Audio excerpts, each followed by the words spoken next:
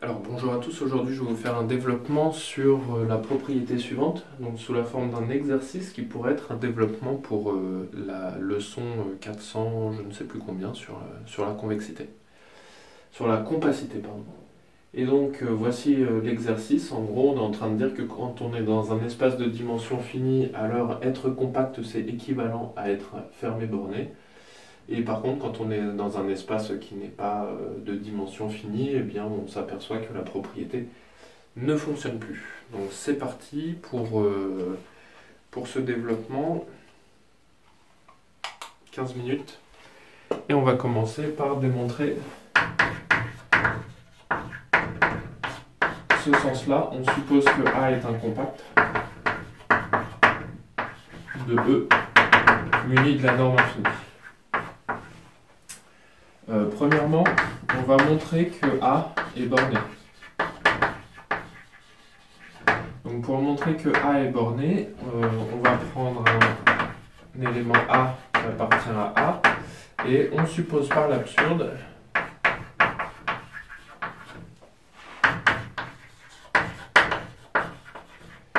que l'ensemble norme de x moins A tel que x appartient à grand A n'est pas borné.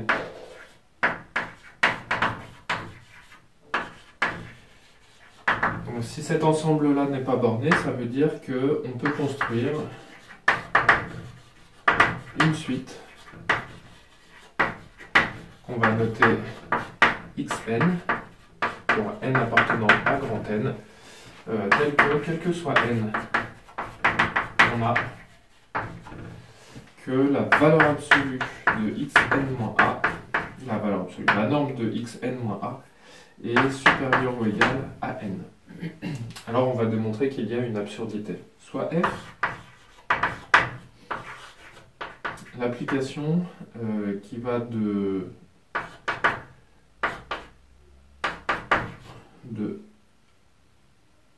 E dans R, est-ce que j'en ai besoin tout de suite de celle-ci? Oui, j'en vais avoir besoin tout de suite, et qui a un élément x associe la norme de x moins a, la norme infinie.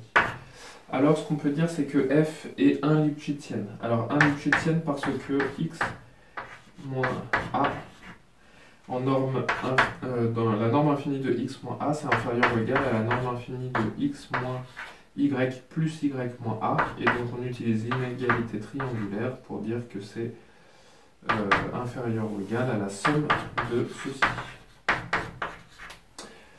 Voilà, et de la même façon, en remplaçant le x par y ici et le y par le x, on va obtenir que la valeur absolue de la norme de x moins a infini moins la norme de y moins a infini est inférieure ou égale à la norme de x moins y infini. Donc f est 1 Lipschitzienne, et puisque c'est 1 Lipschitzien, ça veut dire que la fonction de l'application f est une application continue. Soit A, comme A est compact, ça veut dire qu'il existe une suite extraite qu'on va noter x phi de n, pour n appartenant à grand N, qui converge vers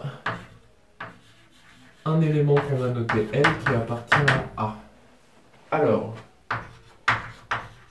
par continuité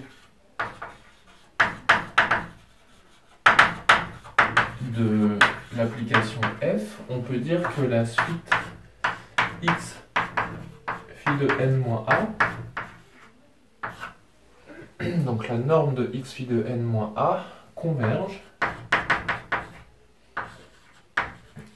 vers L moins A, la norme de L moins A. Ce qui est absurde puisque du coup ici, la norme de L moins A, lorsque n tend vers plus l'infini, sera inférieure ou égale à un epsilon que l'on choisit. Et on a montré ici que lorsque n grandissait, eh bien, la norme entre x phi de n moins A sera supérieure à phi de n. Donc ça c'est absurde. Et du coup, on en déduit que il existe un grand M appartenant à R plus étoile, tel que la norme de x moins a est inférieure ou égale à grand M, quel que soit x appartenant à a. Donc, la norme, je vais le marquer comme ça, quel que soit x, y appartenant à a au carré, on a que la norme de x moins y, c'est inférieur ou égal à la norme de x moins a plus y moins a. C'est la norme infinie à chaque fois, et donc c'est inférieur ou égal à 2m. Donc, a est bien borné. Deuxièmement, on va montrer que f est fermé, que a est infermé, pardon. Hop. Alors pourquoi a est infermé? Soit un, pour n appartenant à grand N, une suite d'éléments de A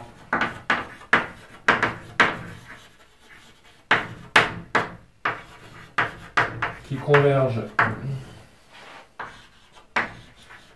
vers un élément qu'on va noter L. Le L, il appartient à E. Le but, c'est de montrer que le L, il appartient à A. Donc ici, ce que l'on sait, c'est que A est un compact. Donc il existe une sous-suite, une suite extraite de UN, U phi de N, qui converge dans A. Et comme on a une suite qui converge, eh bien n'importe quelle suite extraite ne peut converger que vers l'unique point d'adhérence de notre suite, c'est-à-dire ici L. Donc L est le seul point d'adhérence.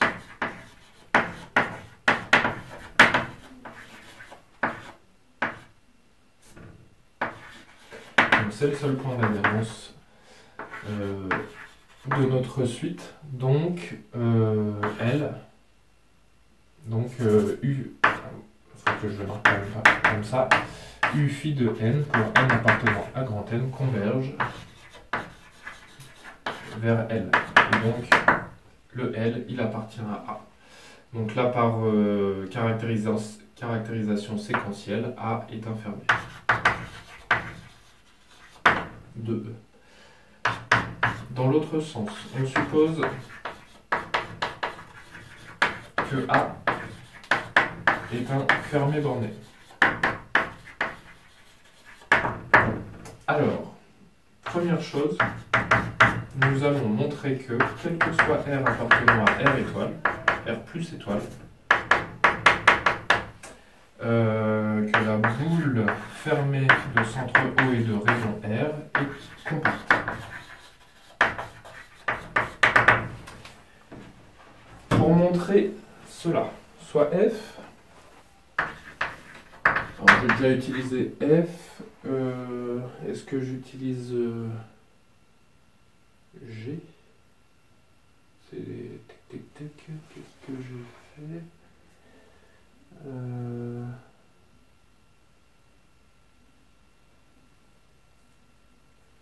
Soit G, oui, allez, utilisons G qui va de moins RR dans E et qui a un ensemble x1, xn associe la somme des xi, ei.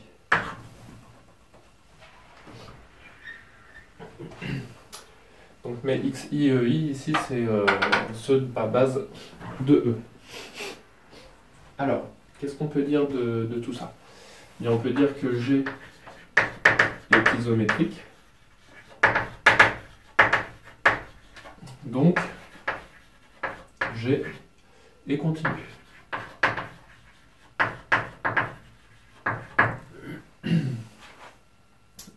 À chaque fois, c'est associé à la norme infinie, hein, partout. Donc, si G est continu, qu'est-ce que je peux dire d'autre de plus? On sait que moins RR est un compact de R, de grand R, de l'ensemble de Donc là, je précise pas, mais comme toutes les normes sont équivalentes, en particulier pour la norme infinie. Donc, moins RR exposant n est un compact de Rn. Et l'image de G, c'est la boule unité de centre O et de rayon R. Donc, BF de centre O et de rayon R est un compact comme image d'un compact par une application continue.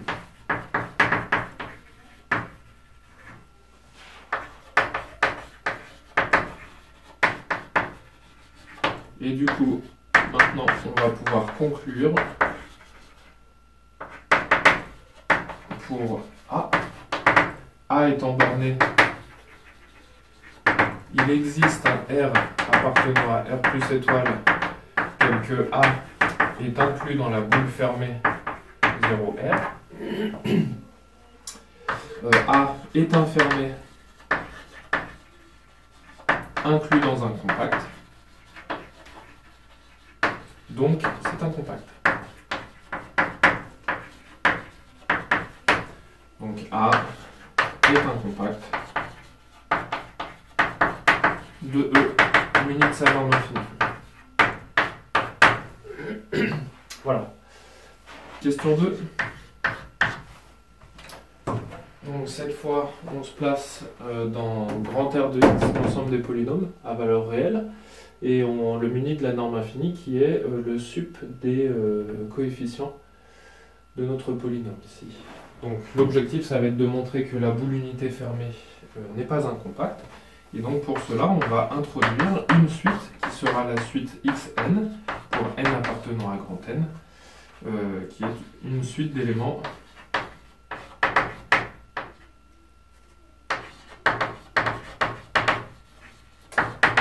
de la boule unité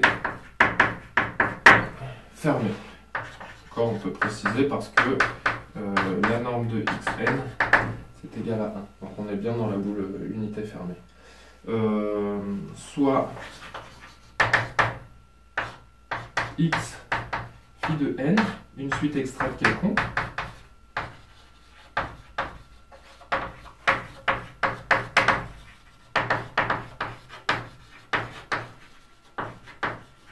de x n. Qu'est-ce qu'on peut dire? C'est que quel que soit n et m appartenant à grand N avec n différent de m, alors la norme de x phi de n moins x phi de m, eh bien ce sera exactement égal à 1. Donc, la suite x phi de n pour n appartenant à grand N n'est pas de Cauchy. Donc, ne converge pas. Ça signifie que là, on a trouvé une suite d'éléments de notre boule unité fermée dont n'importe quelle suite extraite ne converge pas. Et donc ça, c'est par contraposition, ça signifie que la boule fermée au centre O et de rayon 1 n'est pas un compact de R de X muni de la norme infinie. Voilà, et j'ai fini mon développement, je l'ai fait en 13 minutes 45. Voilà, cette propriété, cet exercice-là pour la leçon sur l'oral 2 sur les compacts, elle me semble très intéressante parce qu'en fait on utilise à peu près toutes les propriétés utiles pour démontrer qu'un ensemble est un compact. La première, c'est la définition. Donc la définition d'un compact, c'est que pour n'importe quelle suite de notre ensemble, il existe une suite extraite qui converge. Donc là, on l'utilise. Par exemple, on l'utilise ici, hein, sous la forme de la contraposée pour la question 2. Le fait que l'image d'un compact par une application continue est un compact, donc on l'a utilisé ici. Le fait que quand on a un fermé qui est inclus dans un compact, alors on a un compact, c'est également utilisé. Et puis la propriété qu'on utilise régulièrement, c'est que quand on est dans un espace vectoriel de dimension finie, être un compact, c'est équivalent à être un fermé borné. Voilà, c'est le but de l'exercice. Donc là, on a les 4 critères un petit peu de compacité qu'on a exploités à l'intérieur même d'un même développement. Qu'est-ce qu'on peut dire? Les questions du jury, elles pourraient porter par exemple sur est-ce qu'on a besoin de la norme infinie partout pour faire la démonstration? Donc déjà ici, on n'a pas besoin de la norme infinie pour montrer ce sens-là, puisque quand A est un compact, ce sera toujours un fermé et un borné. Par contre, la réciproque est fausse dans le cas général. Voilà, et donc la réciproque devient vraie quand on est dans un espace vectoriel de dimension finie. Voilà un petit peu pour ce développement. Merci de m'avoir suivi. À une prochaine.